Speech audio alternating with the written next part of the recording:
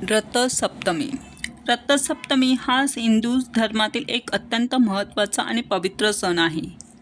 हा सण माघ महिन्यातील शुक्ल पक्षातील सप्तमी तिथीला साजरा केला जातो. रथसप्तमीला सूर्य जयंती किंवा आरोग्य सप्तमी असेही म्हटले जाते, कारण या दिवशी सूर्यदेवाचा जन्म झाला असे मानले जाते. सूर्य हा जीवनाचा आधार असून पृथ्वीवरील सर्व सृष्टीला ऊर्जा, प्रकाश आणि उष्णता देणारा प्रमुख देव आहे. म्हणूनच रथसप्तमीचा सण सूर्योपासनेला समर्पित आहे. पौराणिक कथेनुसार भगवान सूर्य 7 घोड्यांच्या रथावर आरूढ होऊन आकाशात भ्रमण करतात. हे 7 घोडे 7 रंगांचे, 7 वारांचे आणि मानवी जीवनातील 7 चक्रांचे प्रतीक मानले जातात. रथसप्तमीच्या दिवशी सूर्यदेव उत्तरायणाच्या दिशेने वेगाने प्रवास सुरू करतात असेही मानले जाते.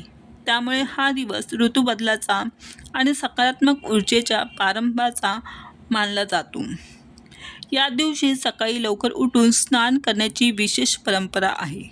स्नान करताना डोक्यावर 7 प्रकारची पानं ठेवून सूर्यस्नान केले जाते.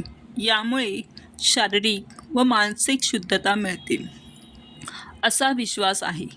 सूर्यनमस्कार, आदित्य हृदय स्तोत्र पठण आणि सूर्याला अर्घ्य अर्पण करणे या दिवशी अत्यंत फलदायी मानले जाते.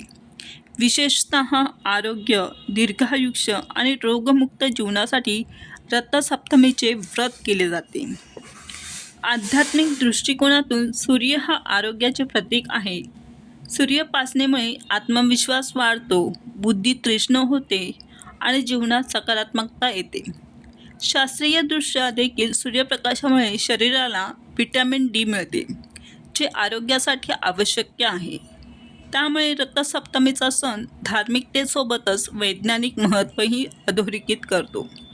अशा प्रकारे रथसप्तमी हा सण निसर्ग, आरोग्य आणि आध्यात्मिक उन्नती यांचा सुंदर समन्वय दर्शवतो. सूर्यदेवाबद्दल कृतज्ञता व्यक्त करून जीवनात प्रकाश, ऊर्जा आणि संतुलन निर्माण हा सण साजरा करणे अत्यंत महत्त्वाचे आहे.